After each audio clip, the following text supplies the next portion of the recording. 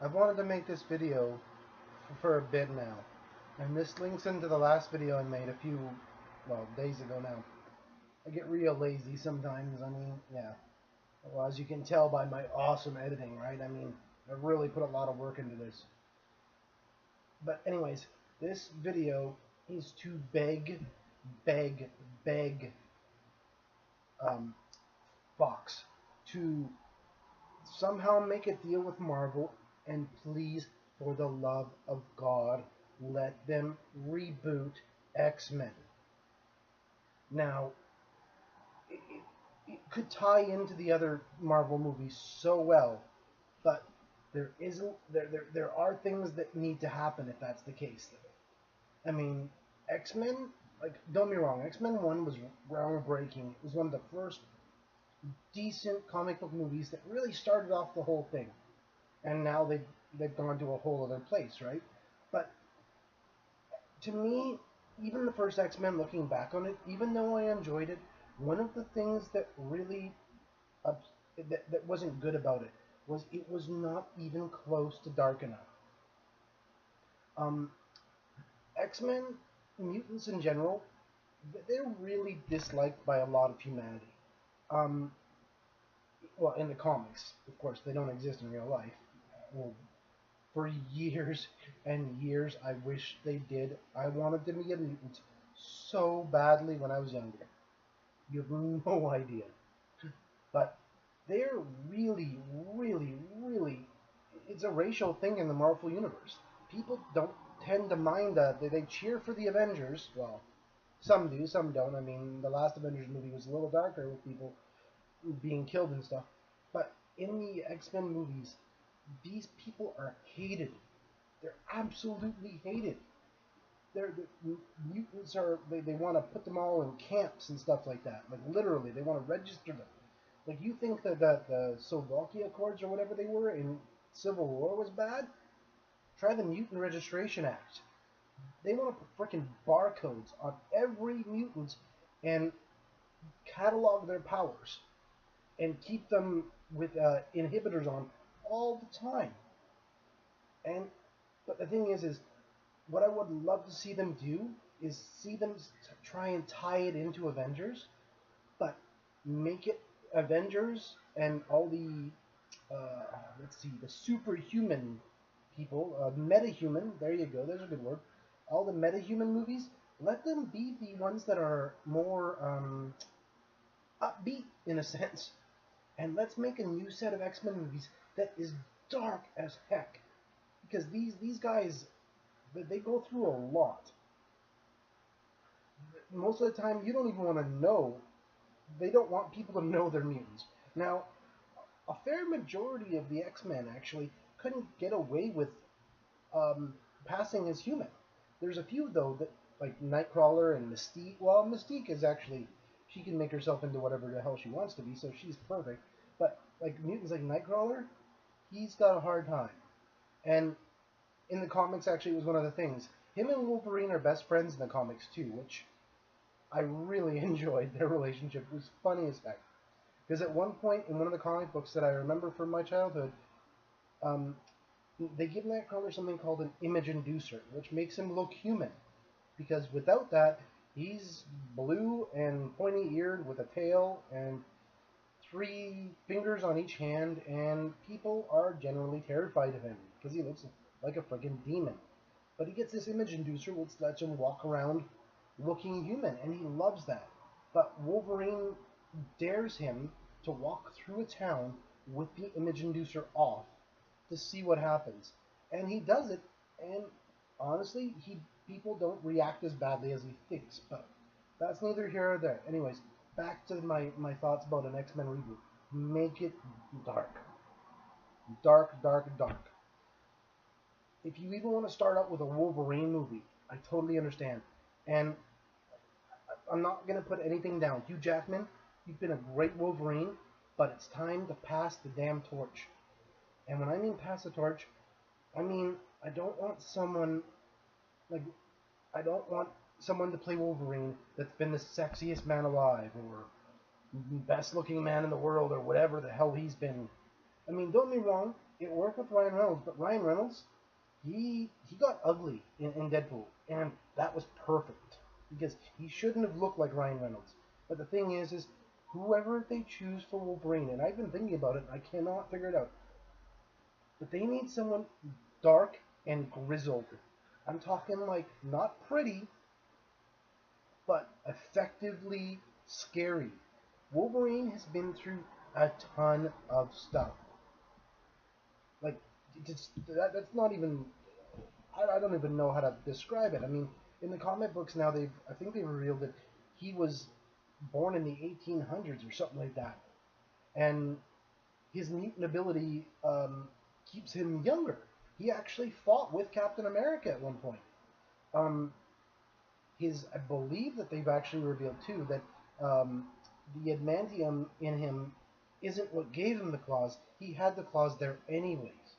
They just covered them in adamantium, which makes him stronger. But it didn't really matter because even when he did have bone claws, if they got broken, they kind of regrew because his healing factor was that intense. Now, I would love to see them do a Wolverine origin story where it's similar to Deadpool. And I don't get me wrong, it's hard not to say copy Deadpool. Just copy Deadpool. Copy Deadpool. It did so damn well. That Deadpool honestly needs to be the starting point for a whole new set of X-Men movies and X-Men spin-off movies. And I do see the problem in tying them into the Marvel movies so far, because in none of the Marvel movies have they mentioned mutants at all because they're not allowed because Fox owns the right to that. So if Fox ever, please, please, please, as a comic book fan, and I believe I'm speaking for other comic book fans when I say this, please, even if you don't give it up, do what Sony did and work with Marvel. There is, like, this is going to the people at Fox here. There's a lot of money you could make here. Don't even make it about the movies being better, because they will be. But there's a lot of money, Fox. Please, please, please, do it. Look at how much money Deadpool made. Please. But my idea for a set of X-Men movies rebooted and somehow being able to tie into the Marvel universe, Marvel Cinematic Universe that's been made so far, is the interesting thing is it works perfectly because you could do Fantastic Four and X-Men. And how you do it is you do it with Franklin damn Richards. Franklin Richards is the son of Sue Storm and Reed Richards, Mr. Fantastic and the Invisible Woman. Now, I'm not sure if it's due to the cosmic radiation or whatever that gave them their powers in the comics, but he is a mutant that is, like, powerful doesn't seem to cut it. At one point in the Marvel Universe, when everyone is fighting this entity called Onslaught, which, oddly enough, is a combination of Professor X and Magneto. I know, right? It was an awesome comic, but Onslaught was very powerful. And all of the metahumans, not the mutants, just the metahumans, sacrificed themselves to destroy Onslaught at the end of the thing. Now, the thing is Franklin Richards was there. Actually, Onslaught had absorbed Franklin at this point and gained his powers too. But Franklin Richards saw his family, like his mom and his dad and his uncle and everyone else. He saw that they were about to die, and his power is to alter reality, to remake it, to reshape it, to do whatever he wants with it. Now, what he did was, in the moment before they were all destroyed, he took them and put them in another universe. This other universe was known as Heroes Reborn in the Marvel Universe. And if I remember correctly, it was actually a world that didn't have mutants in it. It was a world Franklin created just for all of the metahumans to put them there so they wouldn't die.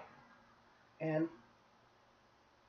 I honestly think that if you got dark enough and you went there, you could make that everything that's happening in the Marvel Cinematic Universe right now could be in the Heroes Reborn universe because of Franklin Richards. Now, This could lead into a whole new set of Fantastic Four movies. And what I think that what would be amazing to see is the Fantastic Four movies. Let's do something. And I know this is really saying something here, but we've seen enough of them. Okay, that last Fantastic Four movie, I haven't even seen it. I haven't seen it. I don't want to see it because I'm trying to pretend it didn't exist. Because from what I've been told, what I've read, everything I've seen, it makes the first two movies look really good, and that's terrifying to me. That's absolutely terrifying to me because they were campy as hell. They weren't good, but the fact that the new Fantastic Four movie makes them look good, oh, that's a bad, bad, bad thing. But anyways, back to my idea is they each of the two previous Fantastic Four reboots or whatever you want to call them have always done the origin story. Let's throw that out the damn window, okay? People know the Fantastic Four. They're more known now, and sadly enough, they're known because the movies have been so crappy. But they're known now. Let's start out with them already having their damn powers. We don't need another origin story. Let's start out with the movie with Reed Richards appearing to Captain America, to Tony Stark, like just as an image or something like that, and disappearing, and Tony Stark going, "What the hell was that?" And then it flashes back to the Fantastic Four in the actual universe that the new universe that we should bring them back into. And he goes, "Damn, I thought I had connected. I thought I had found them." And you realize that he's been working for a while to try and figure out what happened. He knows Franklin did something. But he's not sure what. And Reed Richards is a friggin' genius. He's one of the smartest people in the Marvel Universe. If anyone can figure out what happened, it's him. But he's been trying to reach them to figure out if they're okay. And let's start a movie from that point on, where it's basically him trying to figure out what's going on, where they are, and get them back in a sense. But to flip the script, have them be brought into the new universe, the Marvel Cinematic Universe instead. And while you're at it, drag the mutants in there too. Because I think that would be so cool to see mutants and inhumans and metahumans all together. But the thing is you need to make, in a sense, the mutants look almost like the enemies. Because in the Marvel Cinematic Universe right now, they're all about people dying and death tolls, and I mean, that's going to happen with the battles that have been happening. But the thing that you need to look at is if you could bring the mutants in, it would be, mutants would have caused deaths, but it would also be the other way around, where humans would be slaughtering mutants as well. It would be like, I mean, I remember reading in comics, people chasing down mutants in cars and beating them to death just for being mutants. That is dark stuff. And I would love to see them try and do that in a Marvel Cinematic Universe movie with Marvel and the X-Men. But I know it's a long shot. I know it is. But the other thing that I really think that they could do well if they really tried, because I mean they're messing. The Marvel Cinematic Universe is going into the damn Infinity War. That's some hardcore big stage stuff. Now, you want to parallel that with the X-Men in new movies? Okay, and this is one thing that bugs me, and I think I said something about this in my last video. Phoenix. Okay, little side story here from my experience with the Phoenix, from when I was younger, and how her origins in a sense. Well, she's not really an origin. Phoenix is a cosmic force. She's the force of, I believe it's life almost. Fire, everything. She's a cosmic entity who just does what she wants. She's everywhere. Now, I can't remember exactly the reason why, but the X-Men went to space to do something at a space station to save people. And they had to leave the space station in a really big hurry in the shuttle, and the shuttle's heat shields were messed up. So they're re-entering orbit with broken heat shields, and the shuttle's going to just basically explode.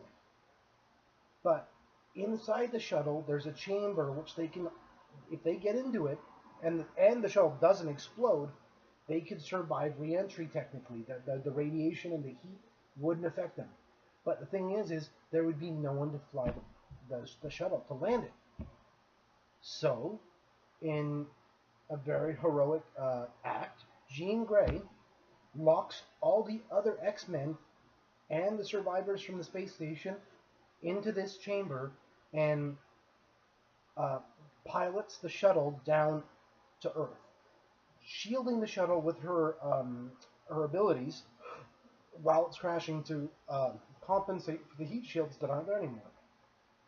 Now the thing is, though, is because she's doing this with her abilities, she can't shield herself well enough, and she begins to basically fry. She starts to burn, and she uses all of her strength to keep the shields up so that the shuttle doesn't explode. Now, this is when the Phoenix Force, the Phoenix, takes an interest in what's going on. It sees Jean Grey sacrificing herself to save her friends, and is shocked. It's not just shocked, but it's also curious. Why would she do that? She's giving up her own life to save these people. That's not something the Phoenix understands. So the Phoenix appears beside her in the shuttle and watches her, and literally they just make it, and the Phoenix decides, okay, well, I'm going to step in, and it saves her, but she's still really hurt. It puts her in a cocoon, this healing cocoon, and takes her and decides it wants to be her. It copies her, becomes her, with her memories and everything, to see if it can figure out why she sacrificed herself. Now, the only thing is it doesn't realize that when it does that, it thinks it's Jean Grey now. And then when the shuttle crashes in I believe it's the East River in New York or something, that's when everything kind of goes crazy, because the X-Men all think that Jean died at first, but then the Phoenix, now thinking it's Jean Grey, pops out of the water and goes, "I am Phoenix," and then all of a sudden, all of the memories of Jean Grey that it copied hit her, and it basically overloads her brain, and she passes out and falls into the water. Now the X-Men all manage to get out and bring her with them, thinking that's Jean Grey. But what happened is Jean Grey is actually still in the healing cocoon, which is in the wreckage of the shuttle at the bottom of the river. Now she's alive, but she has a lot of healing to do because she was hurt really badly. Radiation, heat, everything. It really did a number on her. So she's at the bottom of the river healing for quite a while the X-Men think that Phoenix is actually Jean Grey. And this progresses in the story to, of course, what Brett Ratner just kind of crapped on with the whole X-Men 3 debacle, being, oh, Dark Phoenix is just another personality in Jean Grey's head. No.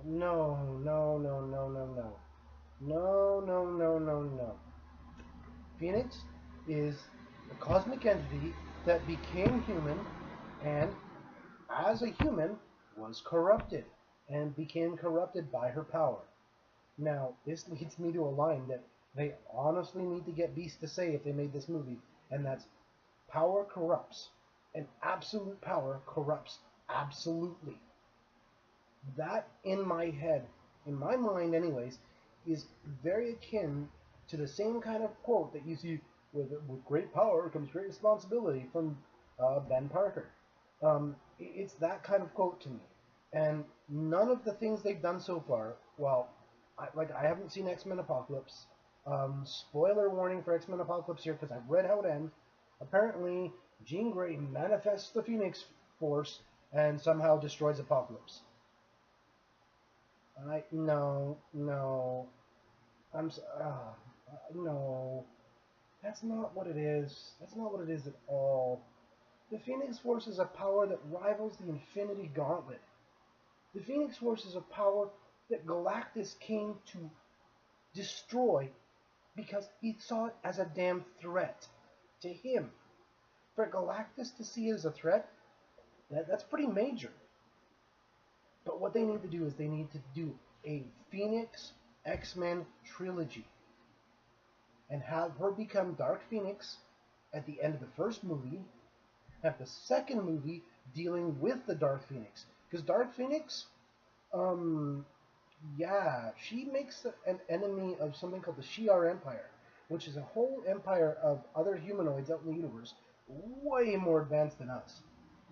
And she flies into one of their solar systems and into the middle of a sun, in the middle of one of their solar systems, and basically causes it to go supernova by feeding off the energy of the sun. She flies, and I'm kidding you not, she flies into the center of a sun and absorbs the power, causes it to go supernova, destroys the entire solar system. The Shi'ar at this point go, yeah, that's not good. That's a scary power. We need to deal with that, and we need to. That's something that needs to be destroyed. And I mean, I can't really blame them. But the thing is this ties into a whole other thing where Scott Summers and Alex Summers' father was kidnapped by the Shi'ar when they were younger. So they were both raised as orphans, but their father was actually taken by the Shi'ar in way out in the universe and almost, well, he became a space pirate basically. He escaped from them and became a space pirate. Very, very, if you ask me, akin to Star-Lord. And it would be so cool if somehow they could tie Star-Lord and Corsair, I believe was his name, Corsair together. That would be freaking awesome. But Dark Phoenix, the X-Men finally managed to get through to her, the part of her that's Jean Grey, that has Jean Grey's memory, and she comes to a realization that she is corrupted and is super dangerous. And in the comic books, it was a big thing because she ends up allowing the Shi'ar to destroy her.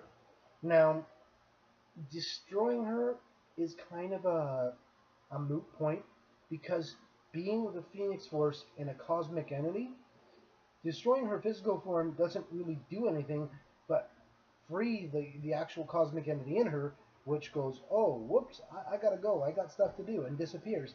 And the X-Men all think Jean Grey is dead. And then, this ties into the Fantastic Four, because guess what happens? Reed Richards detects something at the bottom of the East River, and they go down it, and they find Jean Grey in the healing cocoon Phoenix made for her, and she's completely healed.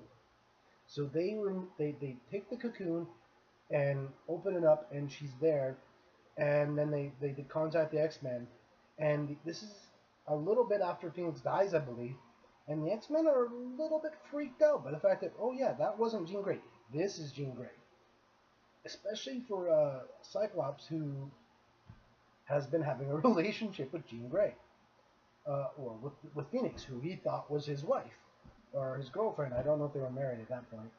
But, yeah, and that leads into a whole really awkward thing where Jean and Cyclops are trying to figure things out with each other, and I don't know, you could make a third movie out of that, or you could make a third movie where I think it would almost be better, because the Marvel Cinematic Universe has been so good, so good right now, that instead of Reed Richards and bringing them back into our universe, or their universe, or whatever, I think the Fantastic Four and the X-Men should be pulled into the Marvel universe somehow, and have things reset, basically, in a way.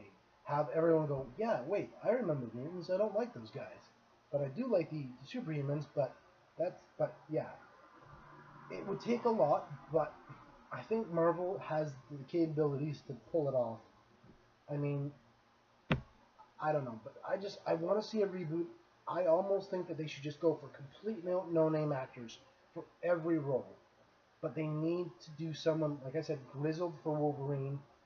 Hugh Jackman, he's done well with Wolverine. Well, some of the movies have been good. Not all of them. Everyone knows that.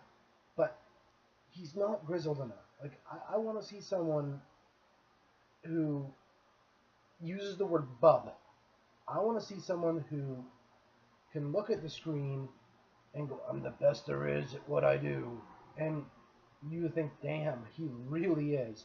I mean, at one point, I know they're thinking about doing a R-rated Wolverine movie, and about his origins or something. But in the comic book Wolverine, when he's actually getting his abilities in the Weapon X program, at one point they realize he's too dangerous and he's too feral because of what they've done to him.